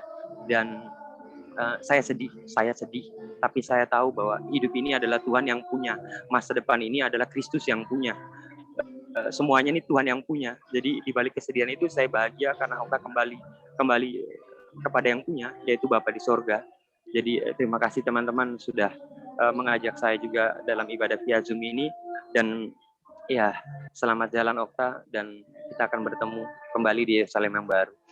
Terima kasih semua teman-teman. Tuhan Yesus memberkati. Shalom. Shalom. Terima kasih Kak Bram untuk tribute-nya. Semoga ini juga jadi cerita yang kita kenang dan juga jadi hal yang baik buat kita semuanya. Baik teman-teman, apakah masih ada lagi? Kalau saya memang, oh iya, silakan Imen Fani. Ya, makasih untuk kesempatannya. Bicara soal Bang Okta ini memang tidak ada habis-habisnya ya. Ya, saya juga punya kesan yang sama. Pertama, saya orang yang tidak terlalu dekat dengan Bang Okta, tapi dari berbagai diskusi yang selalu saja ada di grup Arpaso Alaso, saya selalu menjadikan dia sebagai salah satu contoh untuk saya sharing ke teman-teman saya di pastori, khususnya beberapa majelis jemaat, tentang keberaniannya untuk menyampaikan sesuatu yang menurut dia benar, walaupun kadang dengan cara yang kita kurang setuju begitu. Tapi di situ saya lihat bahwa dia punya ya itu sudah ciri khasnya dia begitu. Tidak bisa lagi kita rubah-rubah, kita tidak bisa pengaruhi dia. Dan saya lihat ternyata Okta ini tidak berubah begitu dari waktu zaman kuliah, berdebat dengan dosen, kemudian dalam presentasi apapun itu juga dia tetap menjadi orang yang senantiasa pertahankan dia punya pendapat gitu. Jadi saya selalu bilang saya tidak seberani si Okta ini, saya bilang dia orangnya betul-betul berani, tidak ada kata takut. Itu penilaian saya untuk Okta. Kemudian saya juga pernah sempat mengeluh sih tentang Okta sama Blidiki. Saya chat Japri sama Blidiki, Bli, kok bisa ya Bang Okta itu kritik sama pemerintahnya kok segitunya gitu, bukannya kita hadir untuk saling mendukung, mendoakan, kok kita malah mengkritis yang terlalu menurut saya berlebihan begitu. Ya saya juga dikasih pengertian lah sama Blidiki ya, memang Oktanya itu seperti itu ya. Jadi saya bilang ya mungkin ini juga penyebab teman-teman banyak yang keluar dari grup karena caranya dari Abang Okta ini. Tapi beberapa waktu yang lalu ya, di saat kita ada dalam pergumulan yang sama ya tentang COVID ya, itu saya lihat ya dalam sakitnya Bang Okta, dia masih sempat balas chatting kita. Betul. Ya artinya dia di sini saya lihat dia tidak mengecewakan kita lewat segala bentuk perhatian kita, doa kita untuknya dia balas gitu. Jadi waktu saya bilang kalau bisa ukuk dan lain sebagainya gitu. Van di rumah sakit tidak bisa begitu. Oh minta maaf saya tidak tahu kalau Bang Okta ada di rumah sakit begitu. Artinya sekalipun dalam keadaan sakit, kalau sempat dia balas itu dia akan tetap balas. Ya. Dan itu ya sederhana memang, mungkin juga sepele, tapi itu bagian dari cara dia menghargai kita yang sedang memberi semangat, yang sedang mendukung dia ya, dalam dia bergumul tentang sakitnya. Ya teman-teman, satu yang saya belajar dalam beberapa waktu ini ya, COVID ini memang ya sungguh ya mengerikan ya, karena itu tadi kalau kita berpulang karena penyakit ini ya kita paling hanya bisa mengenang ya, tidak bisa lagi ada pelukan terakhirnya, tidak ada lagi ciuman terakhirnya untuk orang-orang yang kita kasihi. Dan dalam bergumul ini satu hal yang saya belajar ya teman-teman dari pergumulan ini, bahwa dapat kabar saja dari orang-orang yang lagi sakit itu, ketika masih bisa balas chat, saya selalu lega. Oh berarti dia dalam keadaan sehat. Oh iya dia dalam keadaan yang kuat untuk balas ini kita punya pesan dan lain sebagainya gitu. Jadi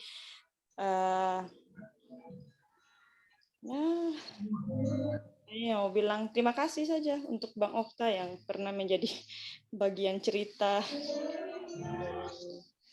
kita grup Arpa Soalaso. Ada cerita menjengkelkan, ada cerita lucunya, tapi ada juga banyak hal yang perlu kita belajar dari Bang Okta. Ya terima kasih juga untuk sharing dari semua teman-teman. Satu doa saya ya, dimanapun kita berada, kita tetap saling mendukung, menopang dalam doa, dan tetap jaga kesehatan. Itu saja Sari, terima kasih. Ya, terima kasih untuk Ibu Fani. Oke teman-teman, masih ada lagi kah? Karena nanti ada satu video lagi yang mau kita sharekan. Oh, Games ya? Udah raise hand, oke. Silahkan. Aku ini dulu ya. Ya.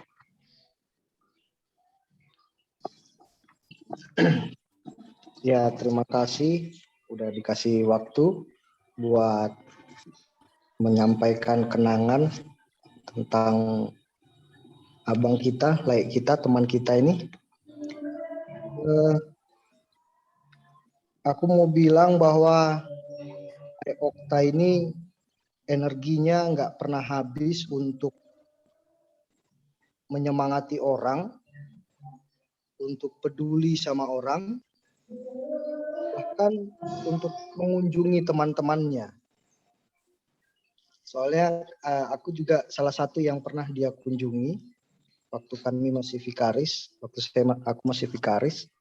Waktu itu dia datang sama Desmond, lupa berapa, mungkin 2 malam kalau nggak salah.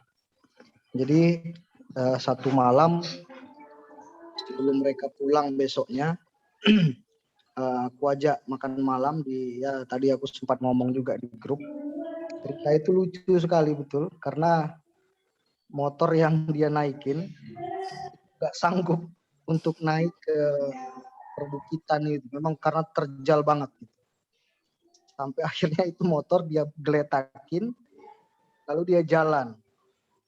Jadi Desmond lah yang nerusin motor itu, dia jalan kaki sampai ketemu jalan datar lagi.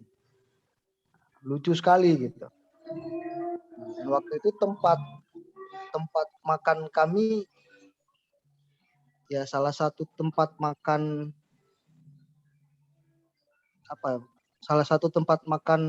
cukup mewah waktu itu. Dan kami kelihatan lah orang-orang yang ada Desmond nggak di sini? Ada ya? Ada itu. Ada ya. Mungkin Desmond masih ingat. Waktu itu ya karena kita sama-sama orang yang biasa-biasa aja. Kami bertiga orang yang biasa-biasa aja. Lalu harus makan di tempat yang cukup mewah, dan saat itu bukan makan bareng sih, lebih tepatnya nimbrung makan para petinggi hotel waktu itu. Karena istriku dulu kerja di hotel itu. Waktu belum jadi istri tapi masih jadi pacar. Tapi ya itu karena bawaannya Lai Okta ini adalah bagiku sih seorang yang nggak berhenti berjuang dia. Segala hal dia mau perjuangkan gitu. Jadi di situ nampak bahwa dia nggak mau ada semacam kelas yang harus dibeda-bedakan satu dengan yang lain. Kalau kita kan udah baper sendiri, udah ngerasa bahwa kayaknya kita nggak selevel gitu. Nah kalau dia tuh nggak kelihatan tuh kayak gitu. Nggak tahu lah kalau Desmond waktu itu ya. Kalau aku ya kayak begitu gitu. Kemudian Lai Okta ini orang yang paling enak diajak diskusi karena bagiku dia punya wawasan yang sangat luas, lalu pemikirannya itu terlepas dari cara dia menyampaikan argumen atau pendapatnya yang tidak bisa kita terima dengan pemikiran kita, tapi selalu apa yang dia sampaikan itu bagiku paling masuk akal, kemudian dasar pemikirannya kuat dan sangat visioner lah bisa dibilang begitu. Terakhir Zoom meeting kita yang terakhir, ketika meeting kita udah selesai, kami beberapa orang masih sempat nongkrong di Zoom itu. Agak panjang juga nongkrongnya setelah dari acara kita. Nah, satu yang ku sampaikan diskusi tentang pelayanan juga, gimana caranya supaya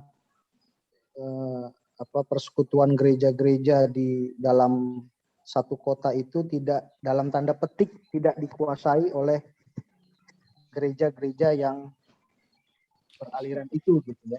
Mungkin teman-teman tahu tanpa harus aku sebutkan. Nah, karena apa? Karena ya, dia jelaskan begini. Gitu. Dan setiap apa yang dia jelaskan itu by fakta gitu. Bukan semata-mata by teori, apalagi by dugaan. Nah, makanya bagiku Lai Okta ini juga selain pembuka wawasanku, dia juga sebagai bagiku amunisi, sehingga aku punya jadi senjataku berfungsi gitu. Karena dia selalu memberikan dorongan yang baik. Aku nggak tahu lah ya, aku bisa sebut dekat sama dia atau tidak. dibilang dekat enggak juga, dibilang enggak dekat ya agak dekat lah, karena ya tadi tuh ya cerita-cerita di asrama yang tadi Mas Bram sampaikan, pernah sering main ke kosannya juga, dan banyak cerita-cerita lainnya yang, oh ya satu cerita lagi pernah, ya ini cerita aja ya, satu kali kami minum-minum di jembatan di. Minum apa? Minum ini. Jadi dia cukup banyak juga dia minum itu. Sampai akhirnya dia nggak bisa, karena kami minumnya di jembatan gantung itu di mana? Jalan Diponegoro ya kalau nggak salah. Kemiri ya. Iya. Yang dekat pos polisi itu loh, Bi. Iya. Itu. Yang lucunya dari Leopta ini, dia sama siapapun bisa dengan mudah dekat dan orang tidak merasa asing dengan dia. Seperti anak-anak di asrama, termasuk juga yang minum itu. Yang minum itu nggak semuanya Arpaso Alaso. Waktu itu yang aku nggak salah ingat, ada Boni, ada Alfred juga, aku, Leopta, sama, dan ada beberapa yang bukan angkatan kita, bukan Arpaso Alaso. Tapi itu enjoy aja gitu. Sampai akhirnya dia nggak bisa turun lagi, gara-gara sudah berat, karena minuman, plus karena badannya juga berat gitu ya. Akhirnya dia dibawa, dia merangkak gitu, hampir ngesot malah. Turun dari atas jembatan itu ke bawah. Lalu dia dibawa sama Boni kalau nggak salah ya. Sama Boni, nggak tahu yang megang di belakang siapa, aku juga udah lupa. Ya, akhirnya mendengar berita ini, aku mau nangis tapi malu di depan istri gitu ya. Cuman pas di istriku nggak lihat, aku lihat WA, netes air mata gitu ya. Sedih sekali betul kehilangan kita, sahabat kita, Okta Shiringo-Ringo, yang sangat memberi warna dalam kehidupan grup kita, angkatan kita Arpaso Alaso. Nah, harapanku sih, meskipun dia sudah tidak ada, mari kita jaga kebersamaan ini. Karena kita nggak bisa pungkiri dialah orang yang merekatkan kita di angkatan ini. Aku lupa tadi siapa yang ngomong bahwa Macedona kayaknya tadi yang ngomong, kita sudah bolak-balik keluar dari grup tapi dia bertahan di sini. Dia sadar bahwa banyak orang di angkatan kita yang tidak suka sama dia, tapi dia tidak benci sama kita. Dia selalu mau berkomunikasi lagi. Ya mungkin itu sebagian kita ngerasa bahwa kok orang ini kayak nggak tahu diri gitu, atau kayak nggak pernah ngerasa bersalah. Karena memang dia ngerasa dia tidak bersalah. Gitu. Dia sedang menyampaikan apa yang dia rasa benar. Setidaknya konsistensi seperti itu yang sulit kita temukan dari antara kita. Dan di Leopta, konsistensi seperti itu sangat kental kita alamin. Kita semua seangkatan ngalamin. Aku juga satu kali pernah berkonflik sama dia tapi lupa gara-gara apa. Tapi ya itulah, dia selalu bisa membangun kembali kebersamaan kita di grup ini. Harapanku yang kedua, kita harus sudah punya gerakan-gerakan lebih konkret lagi. Itu angkatan kita ini dalam hal apapun, entah itu kedukaan, entah itu bahkan masih sakit atau sedang sakit, entah itu berupa uang ataupun apapun, yang pasti kita upayakan, kita pikirin bareng-bareng apa nih wujud konkret yang mau ke depan kita lakukan gitu di angkatan kita. Terima kasih. Baik, terima kasih untuk Games. Teman-teman, dengan tidak mengurangi rasa hormat, mungkin teman-teman masih banyak sekali yang mau sharing, tapi nanti di lain kesempatan kita yang rencananya juga kita akan membuat Zoom sekali lagi, dan kalau bisa memang mengundang Kakak Nambaban ya, istri dari almarhum Pendeta Okta, tapi juga melihat situasi dan kondisi beliau juga masih sedang dalam perawatan, jadi waktunya masih kita akan sesuaikan. Teman-teman, untuk mengakhiri dari rangkaian ibadah kita bersama-sama ataupun sharing kita bersama-sama ini, saya mau share satu video lagi dari Macedona ya. Kita lihat bersama-sama.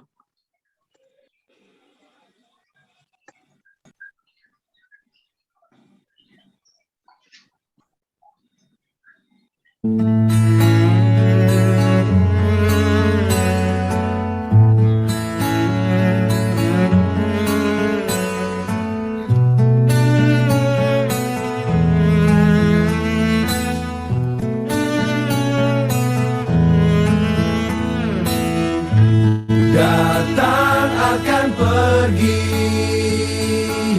lewatkan berlalu, adakan tiada bertemu, akan berpisah, awal kan berakhir, terbitkan tenggelam,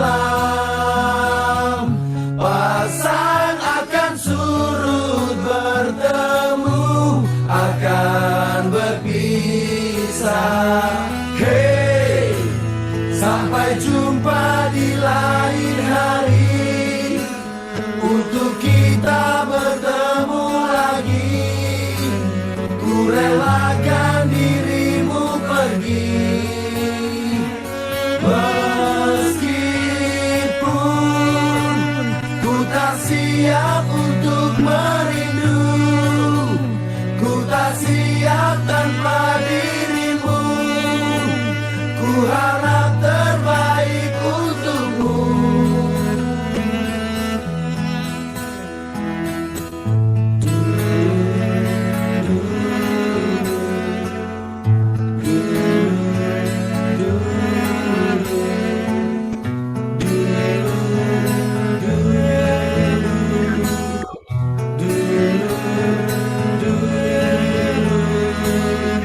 Datang akan pergi,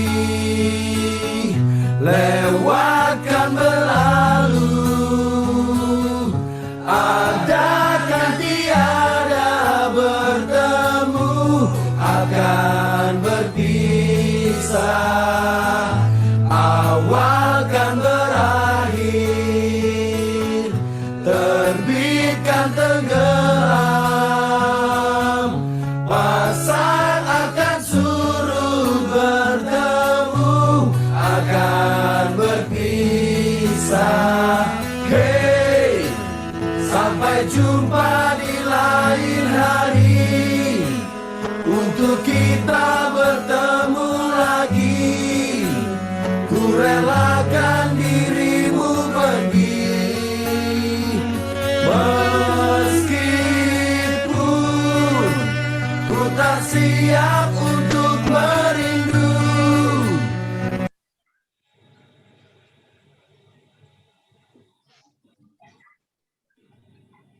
Ya, demikian teman-teman. Untuk berikutnya, saya serahkan langsung ke Blidiki untuk menutup kegiatan kita ataupun acara kita malam hari ini. Tapi sebelumnya, ada satu informasi untuk kita semuanya. Teman-teman, kita akan menggalang diakonia yang kita buka mulai malam hari ini sampai nanti Sabtu minggu depan. Sekali lagi diingatkan, untuk ibadah dengan istri almarhum akan diusahakan secepatnya, tapi kita akan tetap melihat kondisi dan situasi pemulihan beliau sendiri. Itu saja, kami serahkan langsung ke Blidiki. Ya, terima kasih Syari dan juga terima kasih kawan-kawan. Ya, kita tahu di Indonesia Barat jam 9, jam waktu Indonesia Tengah jam 10, dan Indonesia Timur jam 11. Jadi kita juga bijaksana karena besok kita semua punya pelayanan di tempat masing-masing, dan tentu kita juga harus sesuai dengan kondisi kita, tampil di dalam pelayanan kita dengan baik di hadapan Tuhan dan di hadapan jemaatnya. Jadi untuk hari ini kita sudahi pertemuan ini. Namun atas izin Alda ya, mungkin Alda nanti semoga setuju. Seperti tadi yang dilakukan oleh Vison, Gamis dan kawan-kawan, Gamis dan kawan-kawan ya, bahwa di pertemuan terakhir Zoom dibuka untuk teman-teman yang masih mau bicara.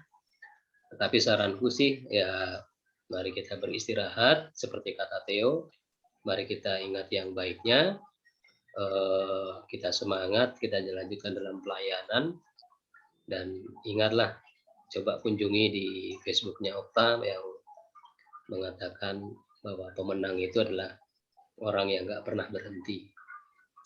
Oke teman-teman, kita akan berdoa. Setelah ini kita istirahat. Mari kita berdoa. Tuhan, kami mengucap syukur untuk pertemuan yang indah bersama kawan-kawan kami. Arpaso Alaso Teologi 2005, Universitas Kristen Satya Wacana. Kami mengucap syukur untuk pertemuan ini, bahwa kami benar-benar memahami bahwa dalam kesedihan kami ada suatu sukacita kami boleh kembali bertemu dengan kawan-kawan kami yang telah lama kami belum berjumpa dengan mereka, karena satu peristiwa yang menyesakkan hati kami, kepergian Pendeta Octavianus Caesar Siringoring.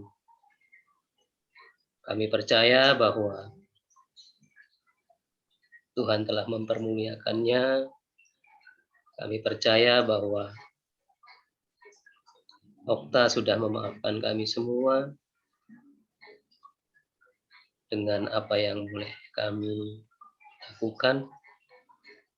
Dan kami percaya bahwa pertemuan ini juga, bahwa ini rencana Tuhan dan juga ini berkat sahabat kami, Okta, yang mempertemukan kami. Terima kasih Tuhan untuk peristiwa yang luar biasa ini, mengajarkan kami untuk tetap percaya bahwa pertolongan-Mu adalah yang terbaik bagi kami dan kuasa-Mu adalah yang terbaik bagi kami. Kami berdoa untuk apa yang Okta dan kami semua harapkan dan cita-citakan agar pandemi ini segera berakhir, pemerintahan dapat dengan maksimal dan optimal mengupayakan segala sesuatunya agar Indonesia dan juga seluruh dunia kembali dalam situasi yang lebih baik daripada hari ini. Terima kasih Tuhan, terima kasih untuk Okta yang boleh hadir dalam kehidupan kami. 16 tahun bersama-sama dengan kami, memberikan warna dalam setiap kehidupan kami. Kami percaya Tuhan, setiap apa yang boleh Okta lakukan adalah satu goresan cinta yang memperkuat kami. Apapun itu, terima kasih Tuhan. Setelah ini kami mau beristirahat, kami akan berpelayanan esok Tuhan, akan melakukan juga apa yang Okta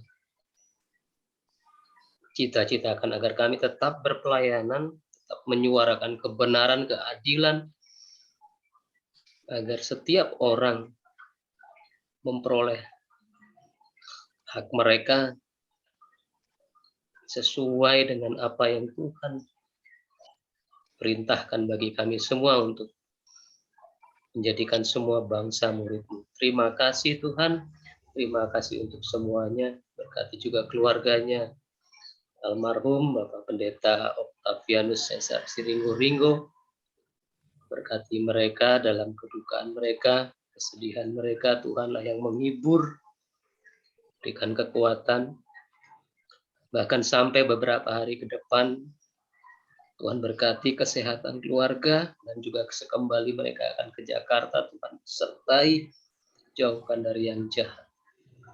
Berkati jemaat Indragiri Kota, biarlah mereka Tuhan kuatkan.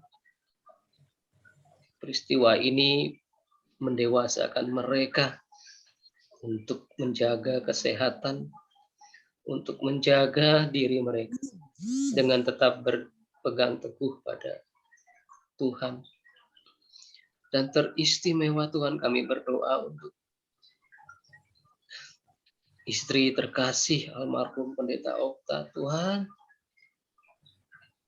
Dalam keadaan yang masih lemah, Tuhan, kekuatan-Mu lah yang utama akan memberkati beliau menghadapi hari-harinya. Tuhan, berkati Tuhan keluarganya untuk tetap berada, memberikan dukungan bagi dirinya. Oh Tuhan, terima kasih Tuhan, terima kasih. Kami percaya Engkau akan selalu menyertai kami semua. Terima kasih Tuhan. Berkati juga rencana kami akan ibadah untuk bersama dengan istri almarhum Pendeta Okta. Biarlah hanya rencana-Mu dan kehendak-Mu yang jadi. Ada pertemuan dan ibadah yang dapat terlaksana. Terima kasih Tuhan. Di dalam nama Tuhan Yesus Kristus, kami berdoa dan mengucap syukur. Amin. Amin. Teman-teman,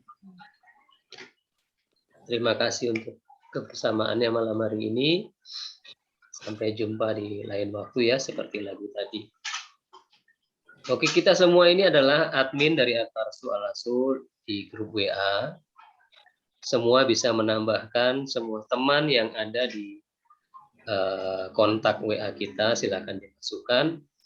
Dan kita sudah punya setiap awal bulan agenda untuk bertemu.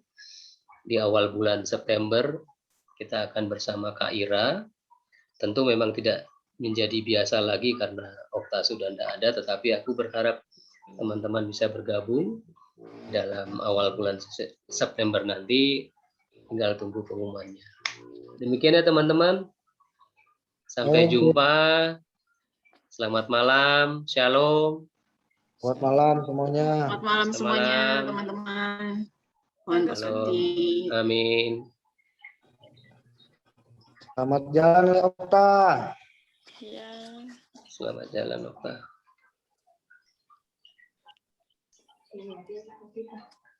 Hmm?